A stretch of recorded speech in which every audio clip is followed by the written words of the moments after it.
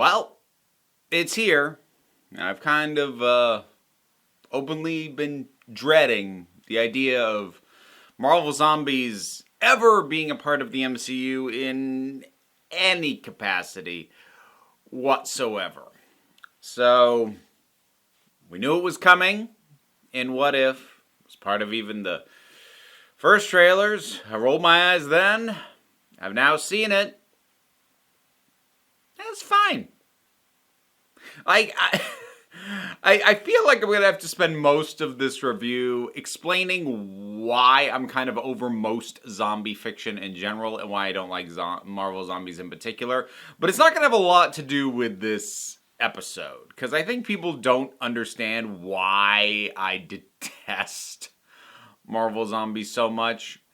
And look, let me be clear. It is one of those things where, like, I know why I don't like it. I don't think there's anything wrong with liking Marvel Zombies as a concept or liking the comics that came out of it. I don't think you're a bad fan. I don't think you're a bad person. I just hate it. But I'll sort of springboard into some of my general issues, in talking about this.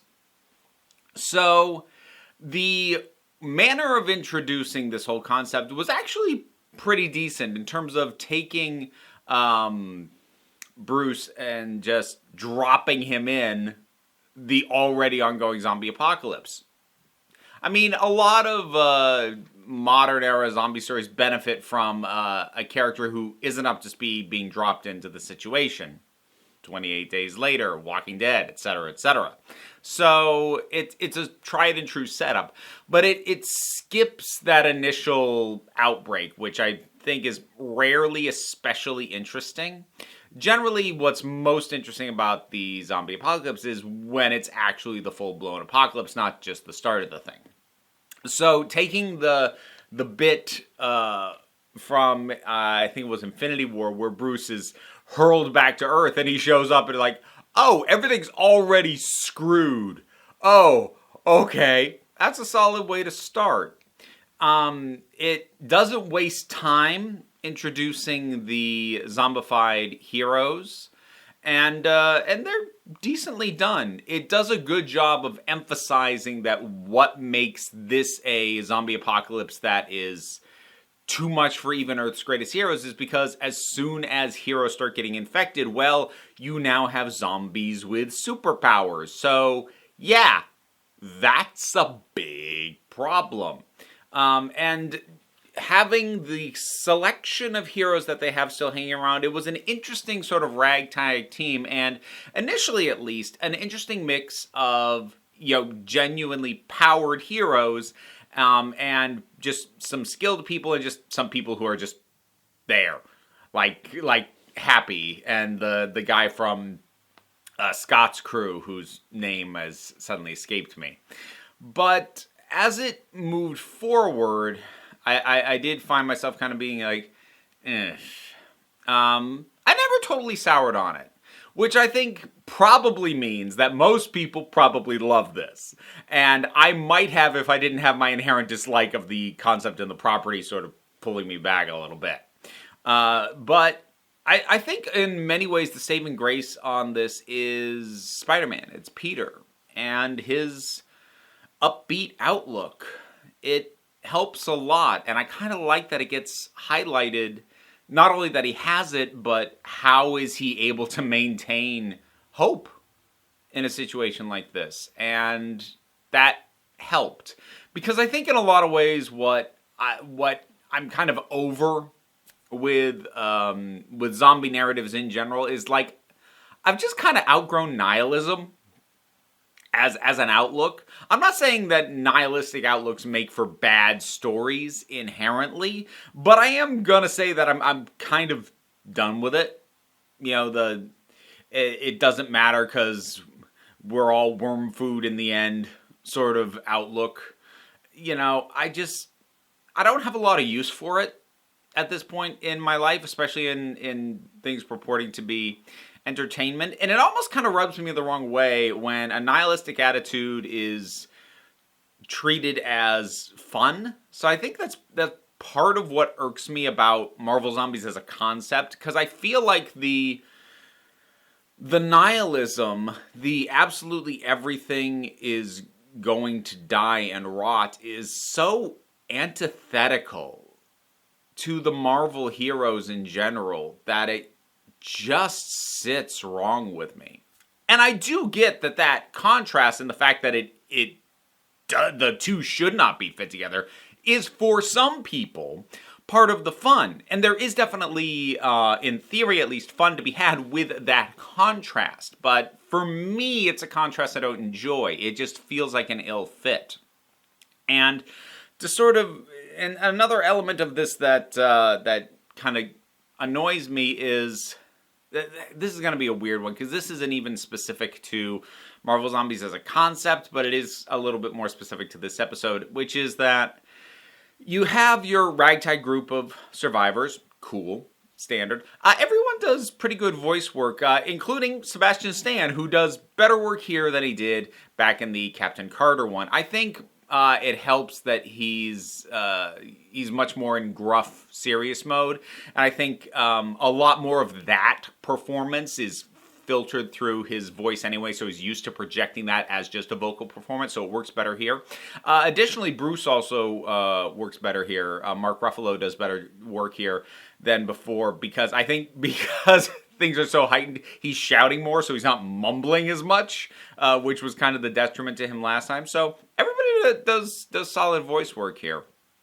But the thing that kind of got to me is that the way this portrays the surviving characters, or more accurately, the way that it chooses to kill them, it projects a sense of who is disposable. And I know in theory, like, any character is disposable, because, like, most of the greatest heroes are already dead, so aren't they disposable? Well, no, not really, and I'll try and explain what I mean by this. So I don't really think that you can argue that the way, say, Zombie Tony or Zombie Cap are portrayed indicates those characters as in any way disposable, because even though they've already died for all intents and purposes before the start of the story that we're seeing, there is still weight to their appearance. There is importance. There is danger from them. And so it really kind of irks me when I see characters like Happy Hogan, whose deaths are treated like a joke. Or Sharon Carter's another one, where she gets zombified and then literally pushed away by Bucky and then exploded and used as a joke. It's not just that the characters were killed, because there were character deaths later on that were given weight, like Hope, for instance. But with them, they are just treated disposably. And it can really irk me when characters that I have given time into, that I have some degree of affinity for, that, is often what is meant to happen. I'm supposed to like these characters, and then for them to be treated as disposable really rubs me the wrong way. It's actually my major issue with Thor Ragnarok, which is a great movie, but I hate, like, to the point that I have to skip these scenes. I hate it so much. I hate how casually the Warriors 3 are killed off by Hela. No ceremony, no acknowledgement, just disposed of and treated as nothing. And that really annoys me. And it just has a callousness to it that I think a standard zombie story can survive, because if you have characters you're going to do that with, you can design the characters in such a way where that will go down better. But when you take characters that I have some degree of investment in, and that I know somewhere in the back of my mind, like, there's somebody out there who that's their favorite character, and watch them be treated that disposably, irks me. I really don't like it. And I understand this is an Elseworld, so it's not like they really casually killed Happy Hogan or they really treated the death of Sharon Carter like a joke. And you know, in the main continuity or whatever, but I still have to watch it be handled that way, and I don't like it. I don't. Again, like, I understand that if you don't have these hang-ups, and if you don't have these annoyances that I do, that these moments are actually quite funny. Happy going blam, blam with the thing, even as he's pulled away and he's pulled into the darkness and you hear one last blam. That is funny. Sharon being pushed away because Bucky has Cap to deal with, that is funny.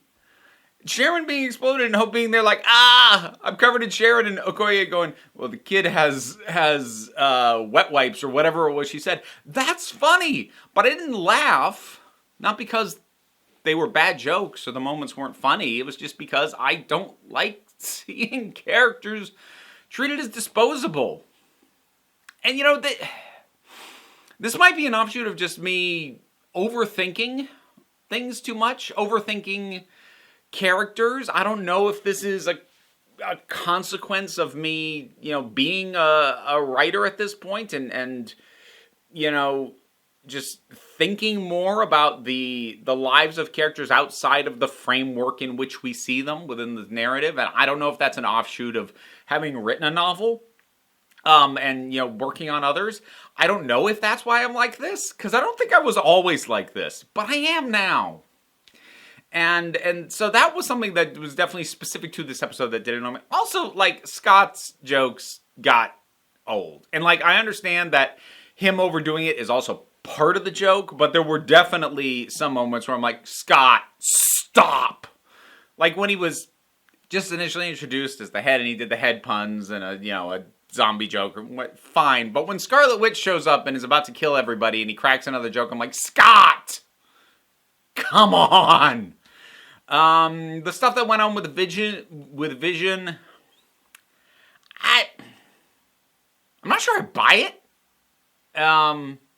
It felt more like they were cramming Vision into a trope of zombie fiction rather than actually playing out what would happen with him. Because it's a fairly standard thing in a zombie apocalypse story to have the character who feels like a safe haven, but actually they are dangerous. It was the facility at the end of the first season of The Walking Dead. It's the military compound in 28 Days Later. You know, it's that sort of thing, and they just sort of slotted him into that trope. But I don't buy it with him. It doesn't track. At least I don't think it did. I mean, it's played well enough. And of course, I also knew at the very end they're headed to Wakanda. It's like, and we'll have a cure. I'm like, no, you won't. No, you won't, because it's zombie fiction. It has to end on at least a note implying that everyone's going to die, if not making it clear that everybody already has died.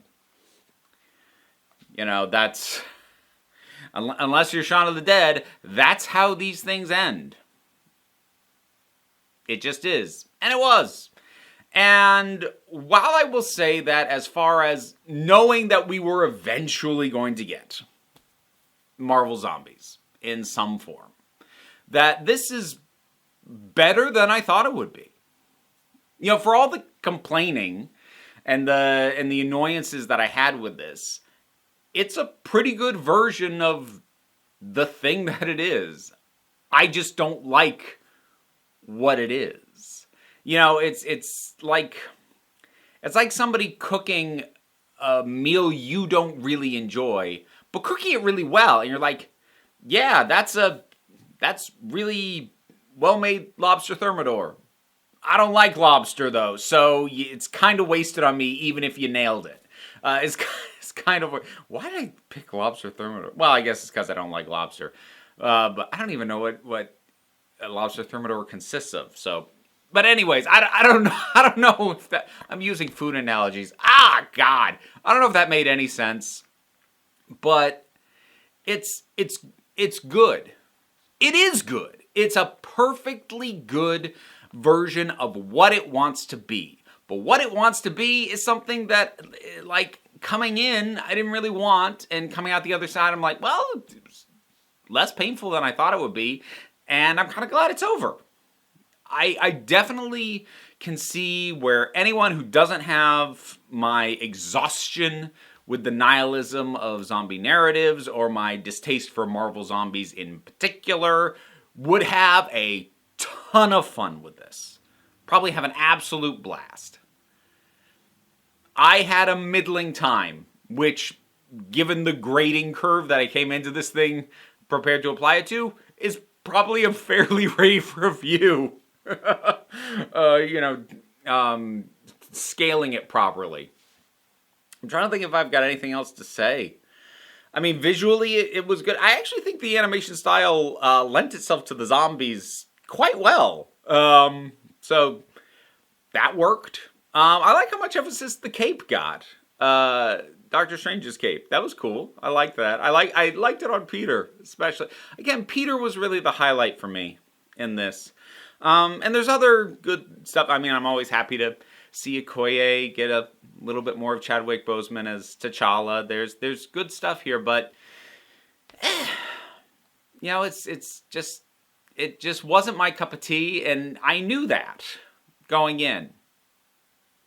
But it's pretty good for what it is. Just what it is isn't something I would have voluntarily come in for. I just hope this means they're done. Because, I know that Marvel zombies in the comics have been dimension jumping in the past. So I wish I could say that, this means they're done with the idea.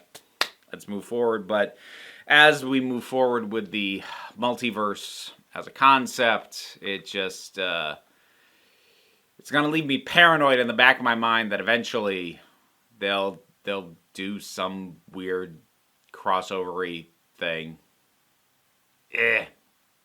Well, hopefully not. In any case, what if zombies? What'd you think about it? Whatever your thoughts are, drop something down in the comments. Let's talk about it. I got a Patreon. That's how I pay my bills. Like, share, subscribe, perks, all that stuff. But, no pressure. Take a relaxed attitude around here so you, my friend, can come on back next time you need a break.